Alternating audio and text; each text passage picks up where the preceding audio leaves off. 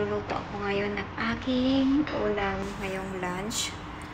At yun nga, nakabili ako kanina doon sa supermarket. Online.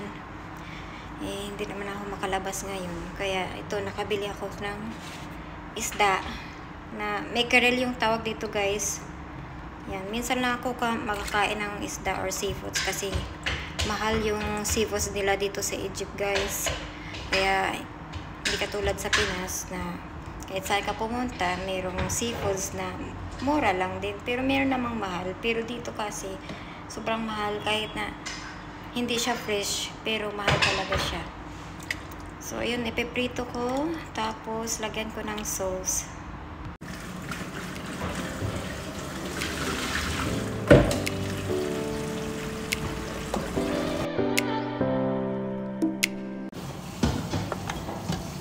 Alam nyo guys, masarap po yung yung mackerel nila dito.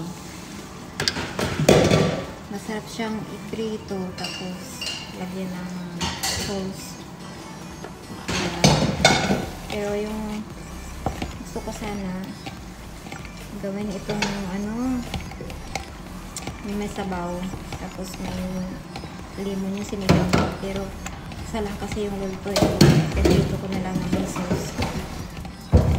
Ayun, tapos yun. Lunch ko mamaya.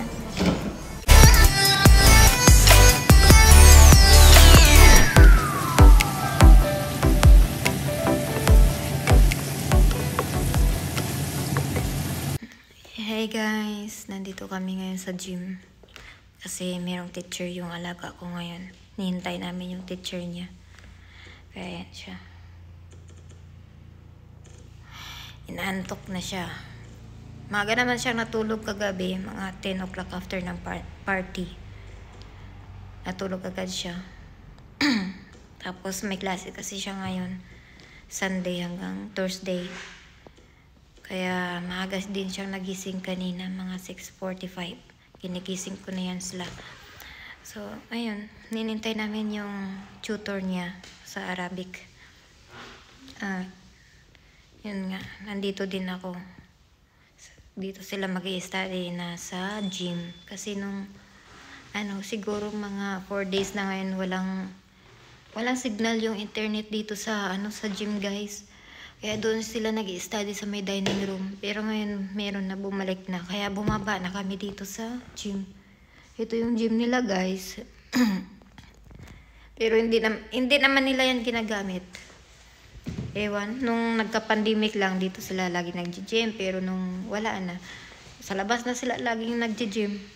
Kasi, meron kasi silang doon, yung nag-i-instruct sa kanila. At siyempre, magaganahan ka talagang mag-exercise kung marami kang kasamang nag-i-exercise dito. Kanya-kanya sila para. Kaya wala. Hinayaan na lang nila yan. Ganyan lang. Minsan diyan din ako nag-i-exercise kaso lang. Tinatamad din ako minsan.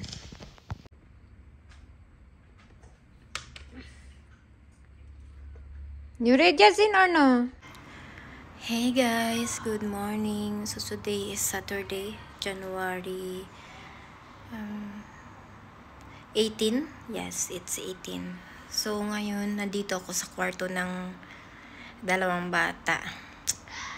Ganito ang ganap tuwing umaga na pagkagising nila, ganito na yung alam niyo na, kwarto.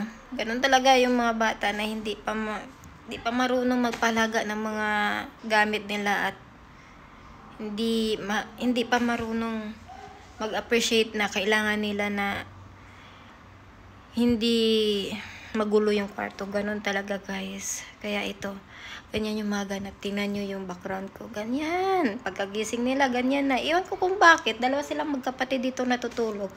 Yung bunso at yung pangatlo. So, ayan. Ganyan na. Kaya, yan. Ay, nako, ewan ko ba? Pero alam nyo guys, yung panahon ngayon dito sa Egypt, siya, mahangin, pero may araw. Tingnan nyo. Ayan guys, buksan ko yung bintana.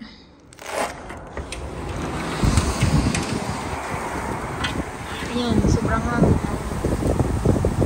Naririnig nyo yung ano, yung ugong ng hangin. Pero maaraw siya. Pero sobrang hangin nga lang.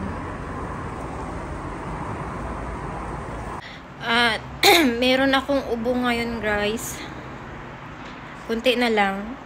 Kasi ewan, nung wala naman dito yung mga amo ko, nasa Amerika sila, pero hindi naman ako nagkasakit. Pero nung parating na sila, doon nag-unti-unti ako nagkaroon ng parang ubo-ubo. Tapos iniinuman ko naman ng gamot, hindi talaga natanggal. Pero ngayon nag-okay na nag-take ako ng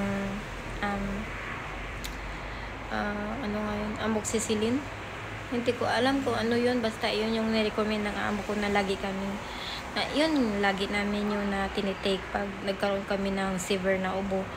So yun guys, kahapon sobrang sama na pakiramdam ko dahil ramdam ko talaga na sumasakit yung lahat ng kasuan ko.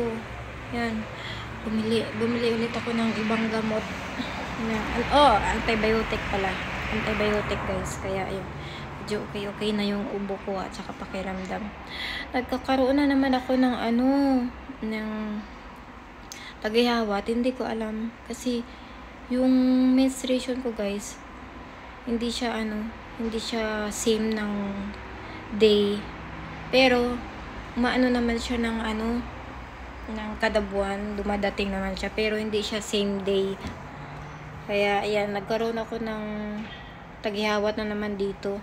Pero nag-okay na kasi ininuman ko siya ng ng anti-acne na gamot. Yun din yung nirecommend sa akin ng doktor. Kaya ayan, medyo na siya. Nawawala na siya, dark spot na lang yan. At saka nagda-dry. Hindi ko nilagyan ng moisturizer dito kasi nilagyan ko yan ng gamot dito. Kaya parang dry siya pero gamot yan na gel.